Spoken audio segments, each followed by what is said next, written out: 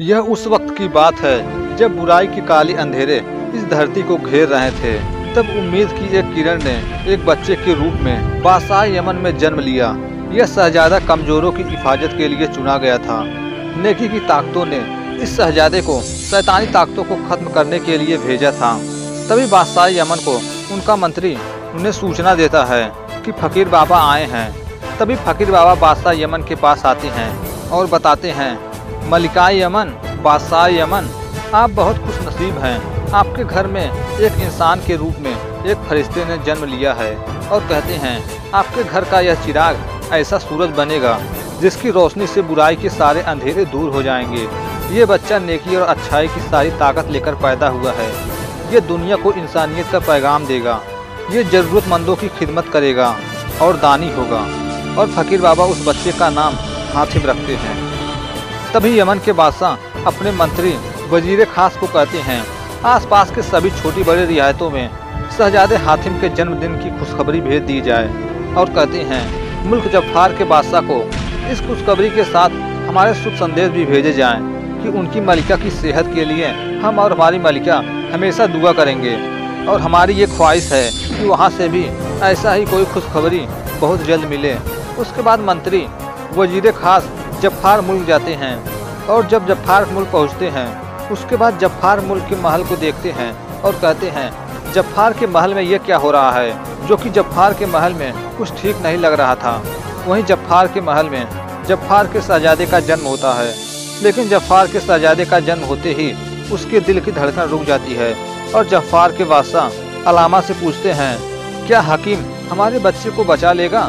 तभी अलामा कहते हैं, हकीम कोशिश कर रहे हैं लेकिन यह नामुमकिन है। उनकी सारी बातें अलामा का चेला नजूमी सुन रहा होता है और वह कहता है, अल मखदूम। और वह अपना यक करता है और कहता है, ऐ बुराई के बादशाह, यही मौका है, जाकर समा जा उस बच्चे के शरीर में, जा समा जा। ये बच्चा बड़ा होकर तेरी हुकूमत को सारी दुनिया में फैलाएगा और तेरा नाम रोशन करेगा। जा समा जा शहजादे के जिस्म में और उसमें शैतानी रूप फूंक दे। वहीं दूसरी तरफ हकीम उस बच्चे की दिल की धड़कन चालू कर उसे जिंदा नहीं कर पाए थे। तभी नजूमी की बुराई की काली ताकत उस बच्चे के अंदर आकर समा जाती है और वह बच्चा जीवित हो जाता है। तभी बादशाह अपने बच्चे को अपने गोद में लेने के लिए जा रहे होते हैं। तभी अलामा बादशाह को रोक देता है और अपनी शक्तियों से पता लगाता है यह बच्चा जीवित कैसे हो गया।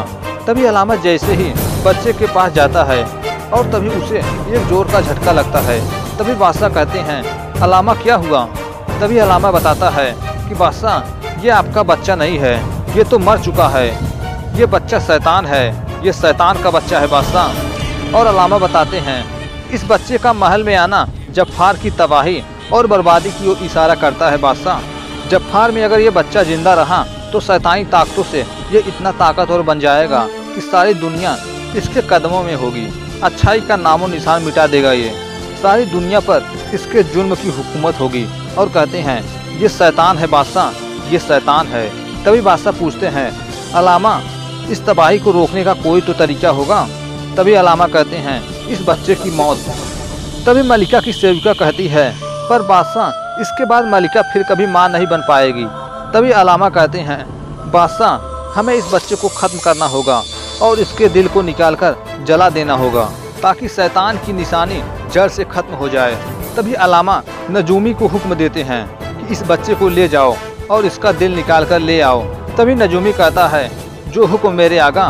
तभी नजूमी उस बच्चे को ले जाता है और कहता है, इस बच्चे को मैं सारी दुनिया का शैतान बनाऊंगा, सारी दुनिया का शैतान। उसके बाद नजूमी उस बच्चे को लेकर चला जाता है और वहीं दूसरी तरफ अपने शैतान तारा को बुलाता है और उसे हुक्म देता है और कहता है, जाओ जंगल से खरगोश लेकर आओ और उस खरगोश का दिल निकाल कर लाओ और बादशाह को जाकर ये खबर सुनाओ कि उस बच्चे को इस दुनिया से वापस भेज दिया गया। तभी वहाँ अलामा आता है और कहता है, नजूमी तुम ये क्या कर रहे हो? बादशाह को खरगोश का दिल भेजकर तुम अपने बादशाह के साथ धोखा कर रहे हो। तभी नजूमी कहता है, जो बादशाह इतना बेवकूफ़ हो, जो अपनी खुशनसीबी को बदनसीबी समझ के उसका साथ देना, अपने साथ धोखा करना। तभी अलामा कहता है, तुमने सुना नहीं मैंने क्या कहा? ये बच्चा बड़ा होकर सारी दुनिया को तबाह कर देगा। तभी नजूमी कहता है, आपने तो ये भी कहा था उस्ताद कि यह बच्चा सारी दुनिया पर राज कर सकता है, तो क्या बादशाह इसके जरिए पूरी दुनिया पर राज नहीं कर सकता? अरे कर सकता है, अगर बादशाह दूर की सोचे तो। तभी आलमा कहता है, समझा, तू दूर की सोच रहा है। तभी नजूमी कहता है, चेला किसका हूँ? आपका। लेकिन जो बादशाह चाहता है वो मैं नहीं करूँगा। यह बच्चा जिंदा रहेगा और यहीं इसी महल में मैं इसे बड़ा करूँगा। मैं इसे उन सारी शैतानी ताकतों से महफूज कराऊंगा जिससे दुनिया के सारे तहसक इससे डरेंगे। और नजूमी कहता है, और फिर ये सारी दुनिया का बादशाह बन जाएगा और मैं आपका चेला सबसे बड़ा इस दुनिया का ताकतवर इंसान बन जाऊंगा। और वह आलमा पर अपनी ताकत से वार कर देता है। तभी नजूमी और आलमा दोनों के बीच लड़ाई होती है। तभी नजूमी धोखे से आलमा का जादुई दंड छीन लेता है और आलमा को उन्हीं की ताकत से उन्हें खत्म कर देता है। उसके बाद अपने शैतान द्वारा लाए खरगोश के दिल को नजूमी बादशाह को दिखाता है। उसके बाद नजूमी उस बच्चे को दुनिया की सारी काली ताकतों से नवाजता है और उसका नाम जंजाल रखता है। वहीं दूसरी तरफ यमन के शहजादे हातिम की परवरिश नेकी और भलाई के साये में हो रही थी। वहीं दूसरी तरफ जफार में जंजाल नजूमी के दिखाए हुए शैतानी रास्तों पर चल रहा था और धीरे धीरे नजूमी बादशाह जफार के सारे वफादार लोगों को मारता गया और जफार तबाह होता चला गया। और नजूमी बादशाह को झूठ बहकाता है और कहता है, बादशाह सलामत। मुल्क जफार की दुर्दशा देखकर आपके सभी साथी गद्दार हो गए और यहाँ से भाग गए।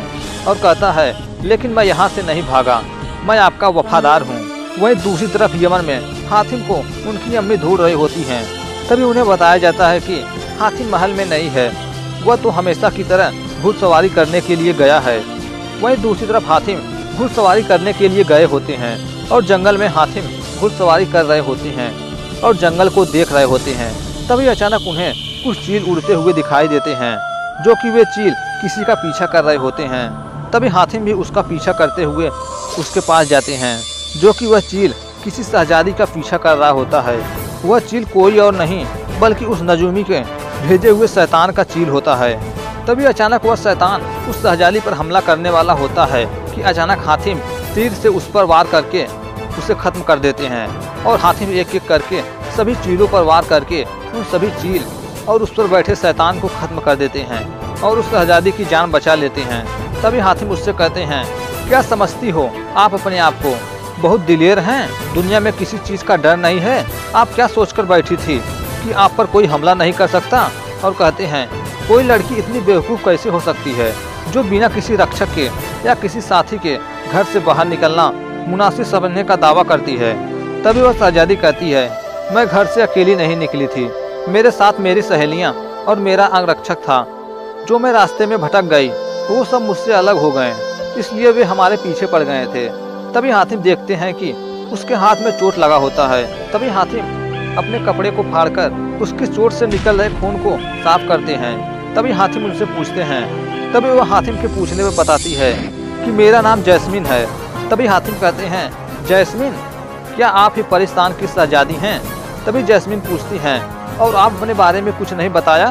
तभी हातिम कहते हैं, मैं यमन का शहजादा हातिम हूँ। और कहते हैं, शायद आप इस बात से अनजान हैं कि बादशाह यमन और बादशाह फरिस्तान दोनों दोस्त हैं। हम दोनों की शादी की बात चल रही है। तभी वहाँ जैस्मीन का अंगरक्षक आता है और वह हातिम को धक्का दे देता है। तभी जैस्मीन कहती हैं, हातिम, ये मेरा अंगरक्षक होबो है। तभी हातिम कहते हैं, यह अंगरक्षक कहाँ था जब जैस्मीन पर हमला हुआ था? तभी होबो कहता है, वो तो तुम बीच में आ गए, वरना जैस्मीन को बचाने होबो जरूर आता। तभी हातिम कहते हैं, आते जरूर आते, लेकिन तब तक वे लोग जैस्मीन को उठा ले गए होते। तभी होबो तलवार निकालता है और कहता है, होबो के होते हुए किसकी हिम्मत? तुम होबो का मजाक उड़ाते हो? समझ कर क्या रखा है होबो को? पिछले 1000 सालों से परिस्तान के राजघराने का अंगरक्षक होबो। तभी जैस्मीन कहती है, तलवार नीचे रखो होबो, क्या तुम जानते हो कि तुम किससे बात कर रहे हो? ये शहजादे यमन है, इन्होंने हमारी जान बचाई है। और होबो को माफ़ी मांगने के लिए कहते हैं, लेकिन होबो माफ़ी नहीं मांगता और पेड़ पर अपना सर पटकने लगता है। तभी हातिम कहते हैं, बस बस, गलती मेरी है, हम माफ़ी मांगते हैं। जैस्मीन को हमने नहीं, आपने बचाया है। वहीं दूसरी तरफ जफार में नजूमी बादशाह और मलिका के पास जाता है। तभी मलिका कहती है, नजूमी, आपने शाही दरबार की तौहीन की है। आपने बादशाह सलामत के सामने सर नहीं झुकाया। तभी नजूमी कहता है, रस्सी जल गई पर बल नहीं गया। और कहता है, मलिका जफ़ार, मेरे बादशाह जफ़ार, जब तक वह तख्त पर बैठे थे जितनी इज्जत देनी थी उतनी मैंने दी। और कहते हैं, मैं शाही नजूमी हूँ, अपना फर्ज नहीं भूलता।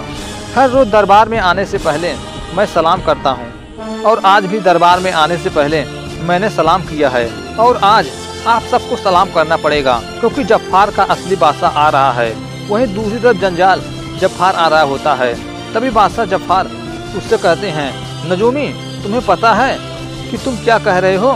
जफ़ार के बादशाह हम हैं। तभी नजूमी कहता है, आपने उसी दिन इस तख्त पर अपना हक खो दिया था जिस दिन आपने अपने बेटे को शैतान मानकर उसे मार डालने का हुक्म दिया था। और नजूमी कहता है, लेकिन मैंने आपके बेटे को नहीं मारा।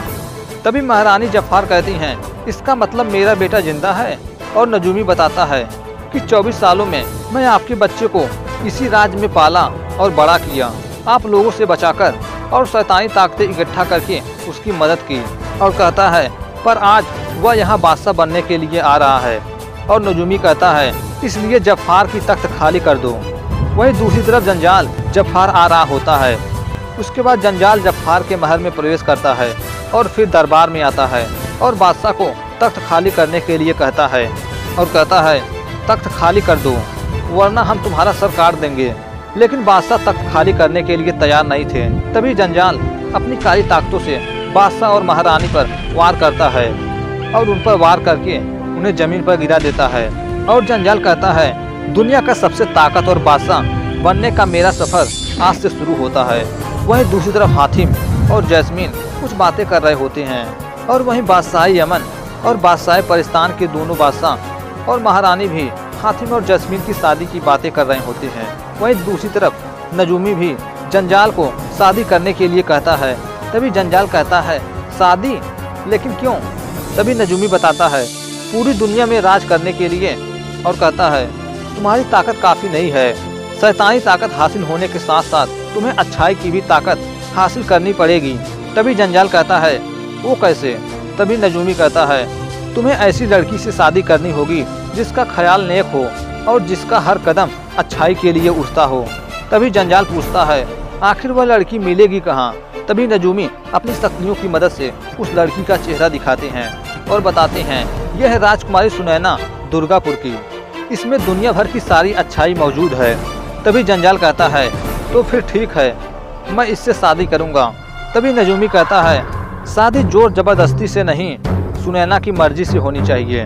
और अगर तुम उसे मजबूरन इस महल में ले भी आए तो वह अपनी सारी अच्छाई पीछे छोड़ आएगी।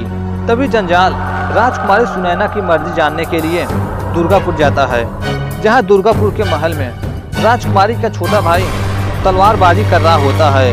वहीं दूसरी तरफ जंजाल अपने शैतानी परिंदे पर बैठकर दुर्गापुर आ रहा होता है और वह दुर्गापुर के महल के पास पहुंच जाता है। वहीं दूसरी तरफ सुनैना के छोटे भाई तलवारबाजी कर रहे होते हैं। तभी जंजाल अपने शैतानी सेना के साथ महल में प्रवेश करता है। जो भी उसे रोकने की कोशिश करता, जंजाल के शैतानी सेना उन्हें खत्म कर देते हैं। और उसके बाद जंजाल सुनैना के पास पहुंचता है।